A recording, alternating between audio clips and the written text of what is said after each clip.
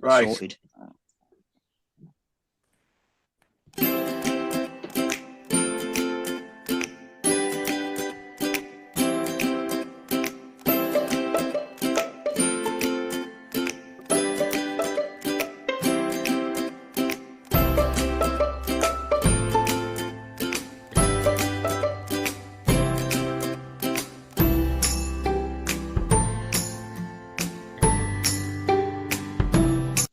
Well, hopefully you all have some music then, which has been a while since you've heard some music.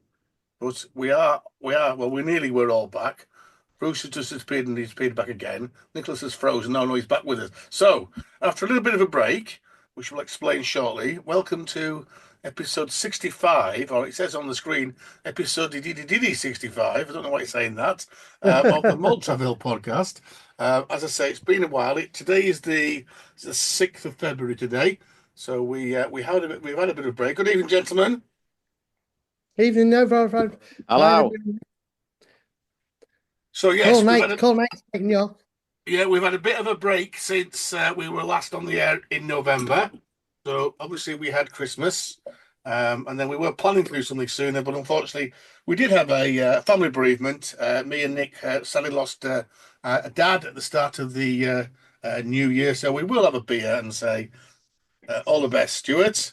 And very fittingly, our last memory as a whole family was sat in the Wetherspoons on about the 3rd or the 4th or 2nd maybe of January. So very fitting that we our last time together as a family with him was in the Dog and what's it called, Nick, in Penrith? Dogbeck. The Dogbeck in Penrith. It's a very nice. It's a bit out of the way. It's a bit of a strange Wetherspoons. It's a fair size one.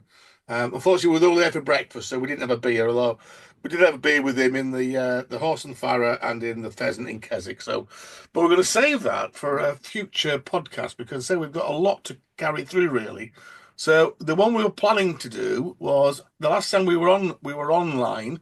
I think you two had just been on a little pre-Christmas trip with your £10 tickets around some of the lesser known haunts of mid to East Lancs. So we've called this episode "Loitering in Lancashire Mill Towns." Although I don't think it loitered very long, did you? Successful. Yeah, possibly not held by going on a day. I mean, I think Chorley's a cracking little town by all accounts, but it was a bit subdued on the Monday, wasn't it, Nick? The whole day had an air of subduedness about it. I think Monday's a day we need to abandon. As I found out over the last 2 days, I was at Emley yesterday on the top of the Pennines, went all the way there to be met with no pub to go to, and then again today in Scarborough, both the Leeds Arms and the Merchant were open till 4 o'clock, and yeah, you kind of think I'm sure the pubs could open a little earlier. Pubs shutting galore. There were loads of beautiful day today in Scarborough. Loads of people have gone there. You'd have thought, well, we'll open another hour or two. All these people coming by, but opening at 4 o'clock seems almost like a self-fulfilling prophecy, doesn't it? When you've got all those people milling about. That's the point, Brooks. It's a cost now, isn't it? And it's the staffing costs. So if you open at 4 and close at 11, that's a shift for somebody. If you're open earlier, then you're almost having a look at 2 shifts. And when you're paying your wage and your overheads and your pension and your contribution, your national insurance, you're looking at 20 quid an hour. And if a landlord or a pub manager is only making a couple of quid on a drink, he's got to sell 10 drinks, and we've been in pubs where they're not doing 10 drinks in an hour. So you can understand it, and I know it's frustrating for us beer drinkers, but just how it is at the moment, isn't it?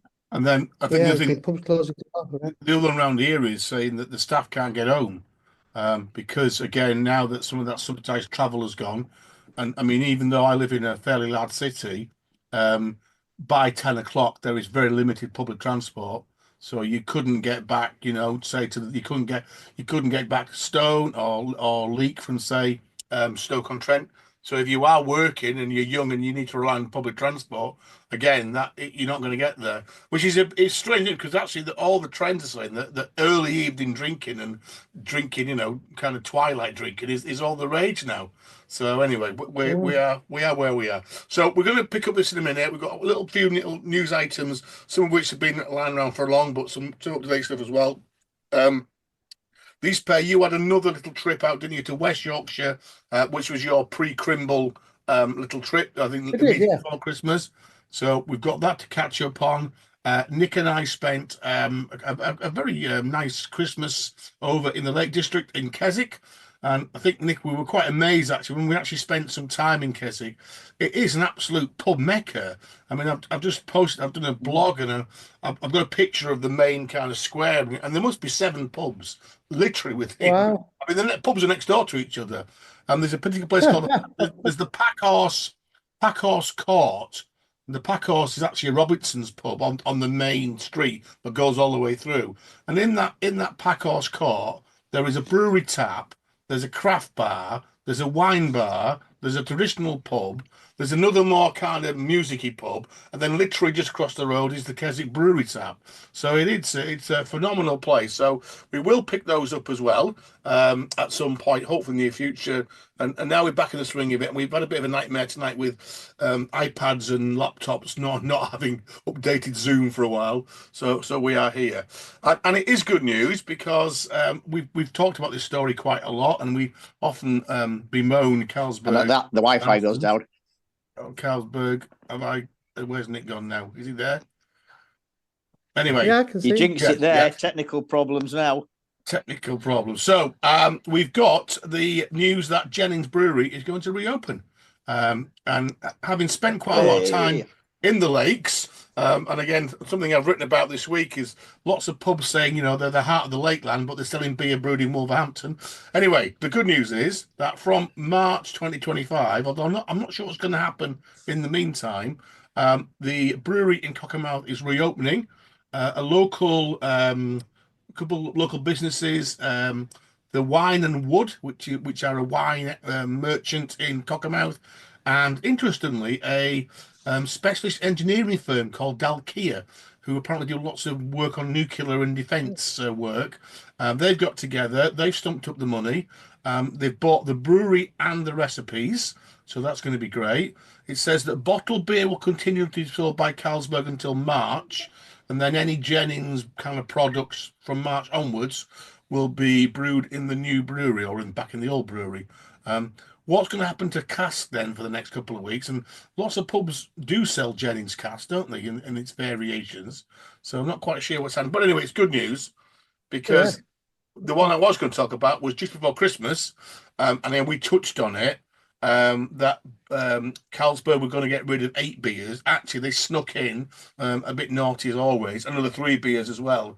So I think we did cover this in a previous episode that just before Christmas, Carlsberg, and again it's Carlsberg's Marston, but it's not now. It's just Carlsberg now because they shooed off Marston's. Banks's Mild, Banks's Sunbeam, Bombardier, Eagle IPA, Jennings Cumberland Ale, Mansfield Dark Smooth, Mansfield Bitter, Marston's Old Empire, Marston 61D, Ringwood Boone Dougal, and Ringwood Oldham, but we're all being discontinued because nobody drinks real ale anymore. Marston's Sunbeam, actually a delicious pint. It was a staple at the Minster Inn and Marygate in York.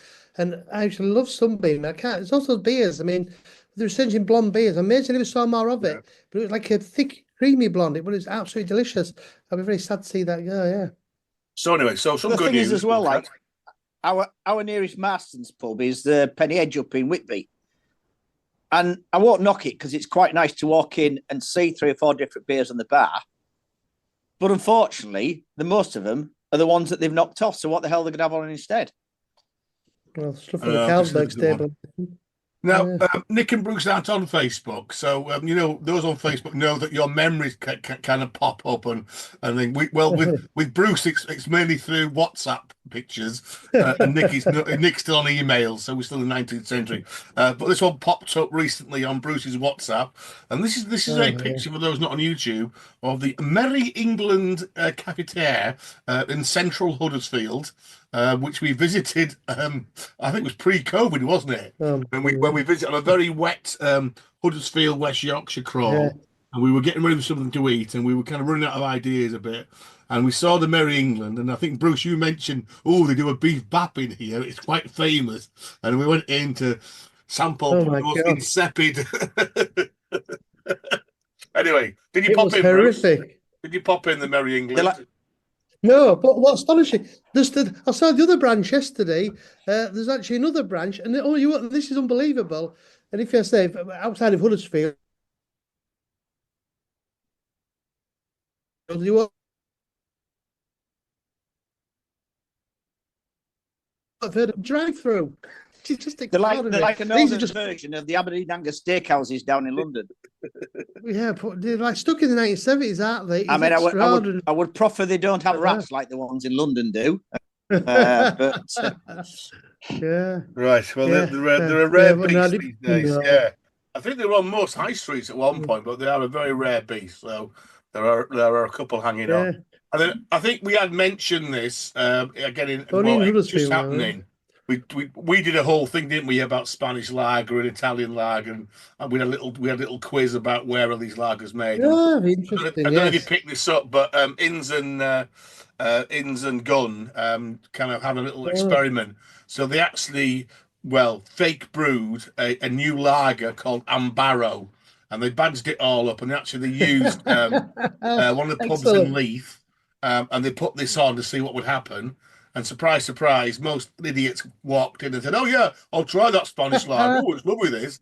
And then they said, basically, it's not. It's just Innocent Gun Lager. We've just put a new font on the front and just rebadged it to kind of prove the point that it's just a marketing and this idea that you're drinking something nice. The power of advertising. Just like those people who like to drink Guinness brews. I know.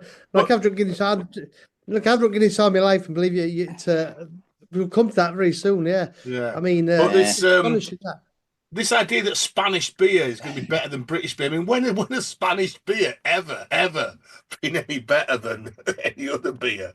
And I know, Nick, you like that Mallorca beer, which is actually okay, but I'd never put it in my top 20, to be quite honest, if I was thinking of beers. I don't drink it over here. It's better over in Mallorca. Yeah. I mean, they reckon it was being brewed over there, but it'll be being brewed and licensed again by somebody. Yeah. So whilst the name is on it, it's completely different to brew to what you're getting in Mallorca. What's happened with San Miguel? Why this one's got rid of San Miguel and put this Peretti in? What's going on there? What's all that about? I think it's just a deal, isn't it? I think the San Miguel deal came to an end, he said, and they've got a deal with Peretti, and Peretti obviously playing. I think they're paying, they're not paying. They knock a lot of money off for a place, I think they want to. I think they see there's a big market, and they're obviously selling cheap beer to Wetherspoons to get their place in the market, aren't they? Because I mean, that's what you get, isn't it? Yeah. So the only reason I ask, I was in Scarborough today, and I said Leeds Arms was closed. Foolishly walked past a frigate who had two Great Newson beers on. The Merchant was closed, so just to sake of having half, I think that Scarborough Flyer. Never been in before. The big Stonegate pub, the back door to Max Spencer's, and no cast beers on instead of half a San Miguel.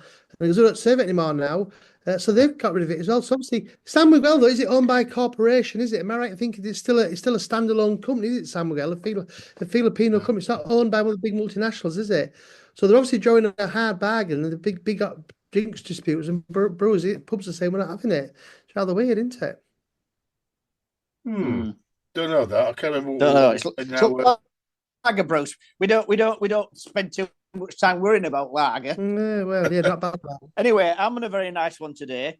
I'm on a Cold Bath Brewing Company from Harrogate, a Wit, which is a Belgium style beer.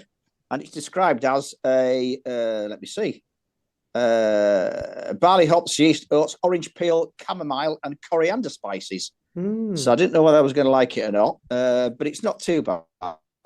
Deliciously balanced, bright and unfiltered. Where did you get that from? I got it off my other half because her brother gets lots of treats at Christmas, and he works in the Harrogate Nesborough area, but he's a lager drinker, not a beer drinker. So he gave me 3 bottles. So there's a Wit, there's a pale, and there's a Pilsner in there as well. It's a weird place, isn't it, Mike? Because it's like talking about Spain. It reminds me of one of those Spanish bars because, like, all the front sort of opens up. They've got the brewery in the back of it. It's almost like a warehouse. Yeah.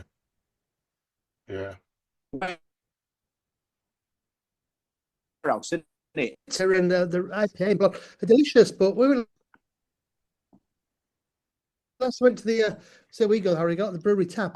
They seemed to move very much towards kegging the brewery tap, which was quite disappointing. But I do like the beers are great, and Yes, I don't drink it, but I see Yeah. they supply the lager now in the LNR first class. Well, I've got a little back, reminder yeah. from my little Couple trips. moves. Was back in October we went across to Betheli and the home of Purple Moose. I'm on a Creriri, which is a Snowdon Pale Ale. So very very nice. I just checked San Miguel again, and I've got the answer here. So San Miguel is you're a little bit right, Bruce. They're owned by Kieran Holdings, which is Philippines' largest brewery.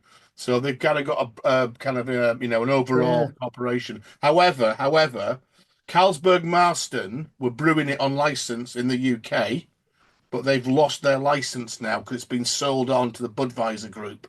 So that's why they're no longer in Wetherspoons. So it's fallen out. Yeah, Carlsberg loses their license. But in there, the part of Budweiser who started 2022 by the suppose. I mean, that's a bit weird, isn't it? Yeah, very strange. How Anyway, that there we works. go. So, as always, it's a bit fun to look at our podcast stats. These are our stats till the end of November. Sorry, and December, sorry, as well.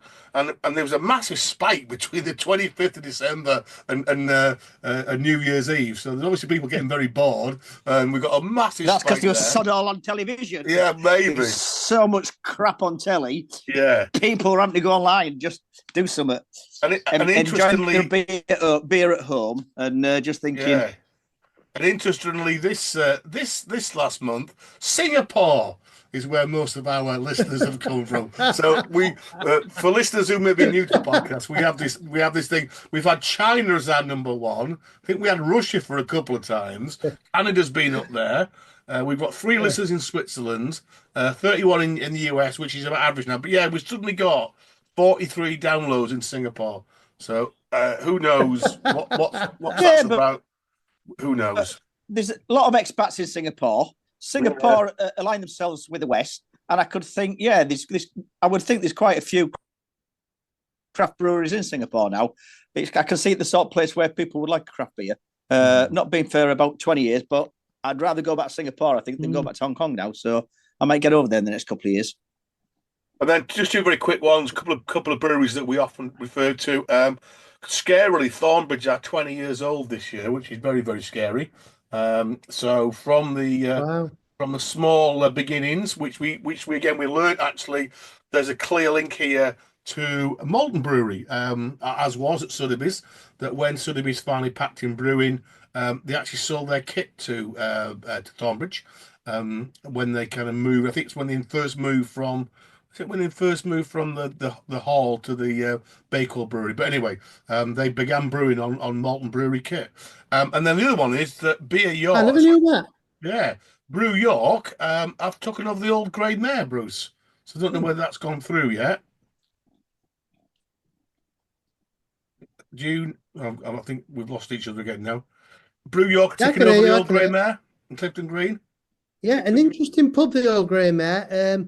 For some reason, it's surrounded by houses, but the people had it before, Brew York bought it, spent a fortune on it, got a renowned pizza chef in there, had it stacked full of interesting cask sales, were importing lagers, and it closed suddenly. It's one of those pubs that, Brew York again, the choices of the pubs are going to a strange. Now, if I was Brew York, I would open a pub in Malton because we know Malton's like a beer desert now. But they've took on that one in Knaresborough stashed full of pubs, gone the Maid to there. This another one. Good luck to them, but it's a funny pub, the old Grey Mare. It isn't it, Bruce? Because I mean, a few folks have tried it, haven't they? And it looks a stunning pub on the green there, and yet they must just have the footfall for it for some reason. Yeah, true. But you open a microphone, Malton. If I could buy a freehold, Bruce, then I would. But what's the point in paying through the nose to you know who? Yeah, Railway Street, because and there is odd bits available, isn't there? We were just talking about it today, funny enough. Yeah, but like you say, it's tough being helped by ransom by a feudal estate, isn't it? Right, beery highlights. I think probably with these, it's probably that long ago that I can't remember. These are my beery highlights because obviously this was going to be mainly you two talking. So there was I think I just shared there just some of the good value beers that, I mean, I think we just talked about Peretti. I think Peretti's 350 in spoons, isn't it? And I think these were just mine. There were some really good beers on again at the end of autumn. And people like Weatherspoons were doing their beer festival. So I mean, I think that Milky Way was something like, was that 6% beer for 263 plus your 50p voucher. I mean, you can't go, you know. And then we mentioned that they did run that Old Tom, and I managed to get some of that Old Tom from Robinson's, their 150th year, and that was £4 a half. However, it was really nice. And actually, when I go there, Grum wouldn't sell it in a pint because I think that was 8 point something percent, but it was very nice. And yeah, the Three Brothers beer we don't get very often down here in the Midlands. But I know, Bruce, we came across that when we went to Stockton, didn't we? Because they're a Middlesbrough brewery, and they have a cracking delicious. A logo with the kind of transporter bridge and everything on it, and Roseby topping and stuff. But their beers always kind of seem to do really well and travel well as well. Tastes really good. Right, so we're about to come to the end of part one, but just to set the scene, really. So you pair have got your northern tickets, and again, we from the 6th of Feb. I know my local paper has it in that they're going to start them again. Yeah. And this is where you collect. Well, in the Midlands, you collect 2 tokens. In the North, you collect 3 tokens, and that gets you unlimited day travel for a tenner, and unlimited weekend travel. Is it 20 quid in a weekend, or is it 15? 17.50. Yeah. 17.50 for a whole weekend's travel, unlimited, as long as it's on northern trains. And as you can see, again, if you're on YouTube, there's a fair spread, isn't there? You can go from Manchester to Blackpool, Liverpool, Chester, and obviously you're most of the kind of M62 corridor, Rochdale, Huddersfield, Bradford, Halifax, Blackburn. You can get across to Hull, but you've got to go via Sheffield, I think, to do that, haven't you? And obviously you can get to York. And if you're up in the northeast or the northwest, you can go Carlisle to Middlesbrough and Northern as well, can't you?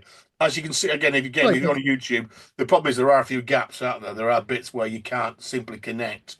So have they sorted that bloody bridge out at Rochdale yet? I think they have. Yeah. Also, sometimes jumping on a bus can work really well for you. I mean, I find it's like, for example, you can go from Hebden Bridge to Haworth in 20 minutes. Take hours on the trip. It just goes over the moor. Yeah. So you can put together some amazing trips really for a So you guys were mainly on that yellow line, weren't you? The yellow northern line. Yeah. Went from Manchester, Salford, Bolton, Chorley. Did you get as far as Preston? That's Preston. I forgot. That's where we started. That's where you started. You went backwards. Yeah. We went in via Preston, didn't we, bro? So, but Chorley was our first stop because to get to Preston in time, we wondered whether we go to the Black Horse, but it was only about 11 o'clock. So we decided to have our first beer in Chorley, and then Bolton, and then back through, didn't we, Rose? We did, absolutely, yeah. It was a great day. It's a long time ago now. I can't remember. I thought we were going to be speaking about Keighley and Saltaire and places like that. No, we've got that. That'll be episode 66 or 67, I think. Yeah. So all right. You did say, and you came across, I think, some really cracking, as always, really. And this one, we'll probably just finish part one of this one. The Bobbin in Chorley.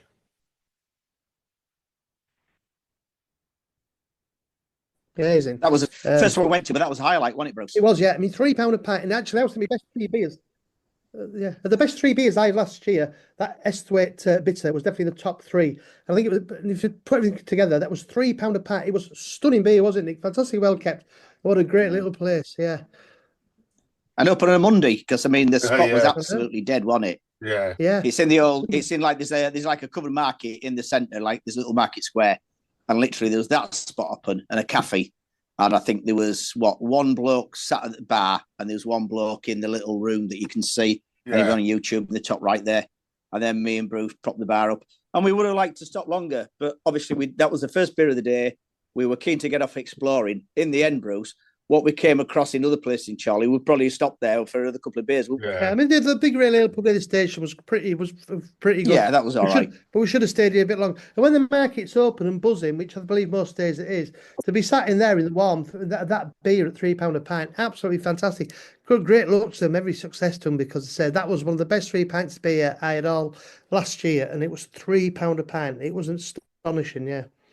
And these market little pubs are doing quite well, because obviously we've talked about the one in the Arndale Centre, Arndale Market before in central Manchester. I don't know whether did you miss the one in the Scarborough Market now? Because I was there in the summer. That sells world top beers on that bottom floor in the Scarborough indoor market. So that is looking. But it'll be down to the relative rent prices, won't it? Yeah. They will be paying the same as anybody else taking a market pitch, which is considerably lower than if you're in an established building. Whatever the landlord expects to get from you, they'll want commercial rent prices. Where if you're in a market unit, then basically you'll be paid the same as a market stall owner, which will be a lot more reasonable, I would have thought. Now, I think in Chorley you went to the Flat Iron as well. So the which was a bit down there. Yeah. Maybe pass on the Flat Iron, but for those people, obviously, on you. A loo with a view. Got quite a shock with it for a pee in the loo. That wasn't the Flat Iron, was it? That extension in the toilet was the Flat Iron. Yeah, I'm glad. I only wanted a pee and not a number two. But you go on. Even the Good Beer Guide, it says a friendly locals pub, a good selection of beers, or very welcoming, smartest pub in Chorley. And as I say, we walked in and it was all right. We went through a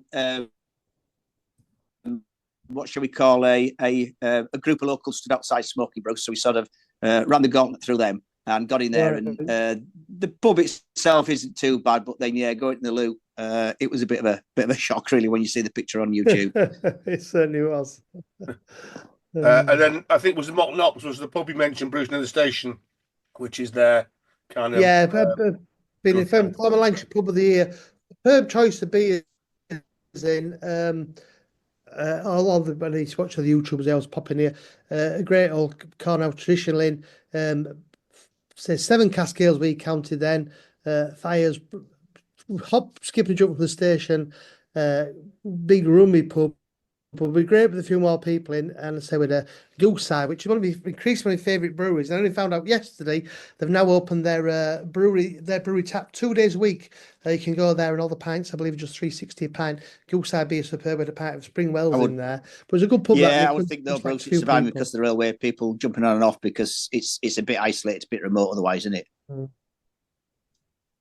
Well, I'm guessing you remember after work, there'll be commuters going into Manchester or where they'll come back there, won't they? They'll have a pint after work. And I'm guessing, like you say, that'll really help keep it going, yeah. But most importantly, we did find some Manchester tarts in a local bakery. So Manchester tarts, we very rarely get them in Yorkshire. You moved on to Bolton, didn't you? That picture is reminiscent of Fruity Bun out of his. Yeah. And his gingerbread sextops. So you moved to Bolton, and your report on Bolton was it's pretty grim, very much like Broken Britain.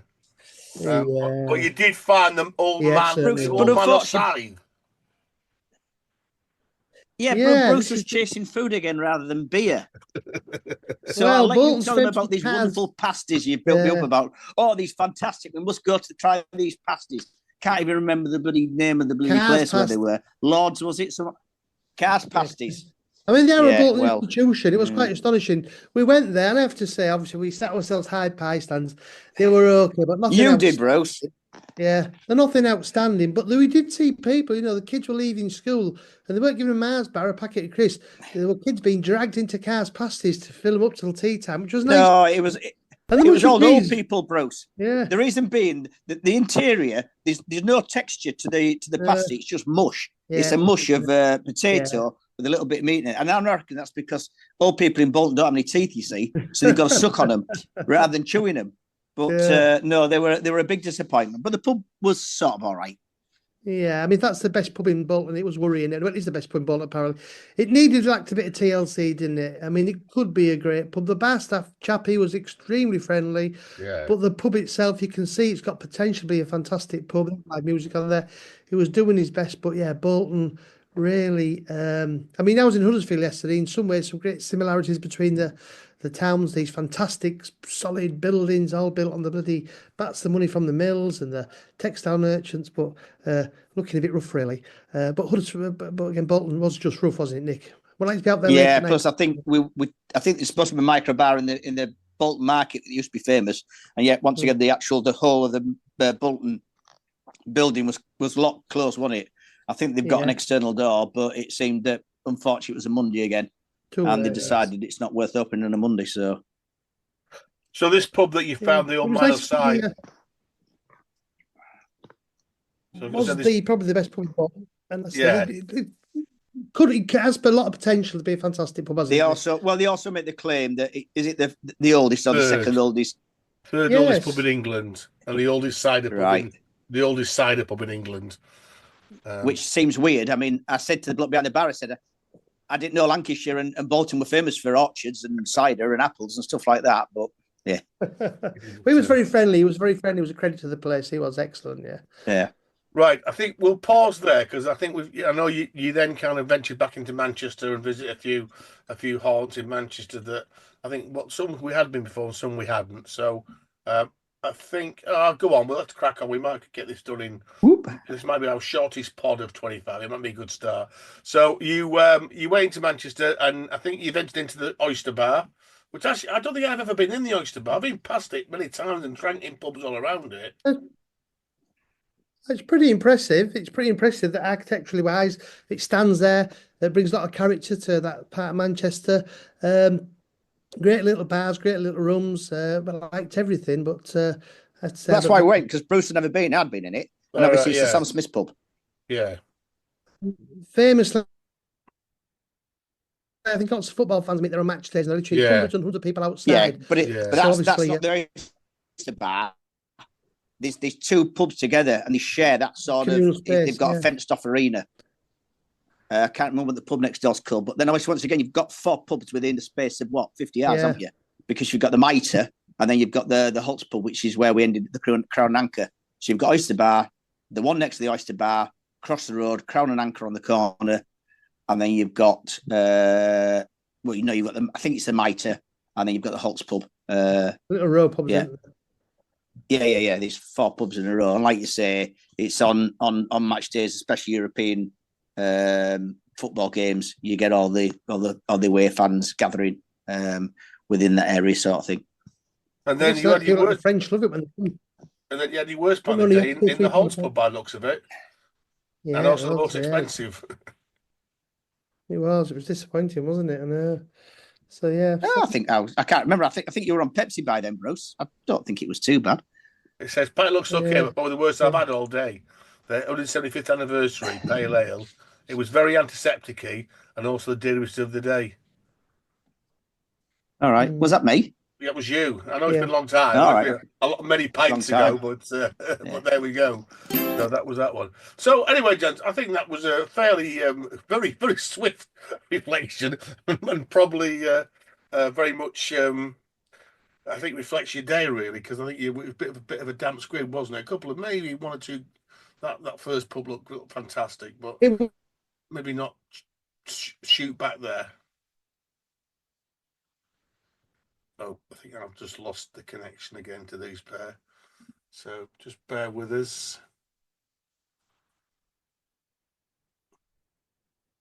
I think Chorley's a great little town. People there love it, and he's a bit of money flushing through it. But again, Market was closed. I think Market open would have been a lot buzzier. Right.